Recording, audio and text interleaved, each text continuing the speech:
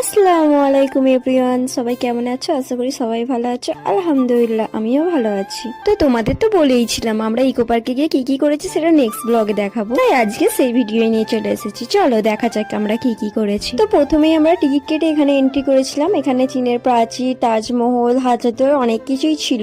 তারপর এখানে বাচ্চারা আবদার করছিল, তাই ওদের আবদারটা রাখা হলো। তো তারপর ওখান থেকে বেরিয়ে এদিকে আসলাম। এদিকে এসে দেখছি ঝর্ণা ছিল, সবাই ফটো তুলছিল, বেশ ভালোই লাগছিল জায়গাটা। তো তারপর আমরা একটু ফটো ভিডিওস করে নিচ্ছিলাম, যেহেতু ঘুরতে এসেছি একটা স্মৃতি, আর তার উপরে তোমাদের সঙ্গে তো আমার ভিডিও শেয়ার করতে হবে। তারপর এদিকে দেখো একটা হাজারদুয়ারি বলে জায়গা ছিল, সেখানে আমি ঢুকলাম। দেখছি এখানে বাচ্চাদের ফটো তুলছিল। তো জায়গাগুলো বেশ ভালোই লেগেছে। আর ইকো পার্কে তো আমি এটা নিয়ে 3-4 বার চলেই আসলাম, তাই আমার সব চেনা। আর এদিকে দেখো, এদিকে বেশ ভালোই লেগেছে আমার এই জায়গাটা।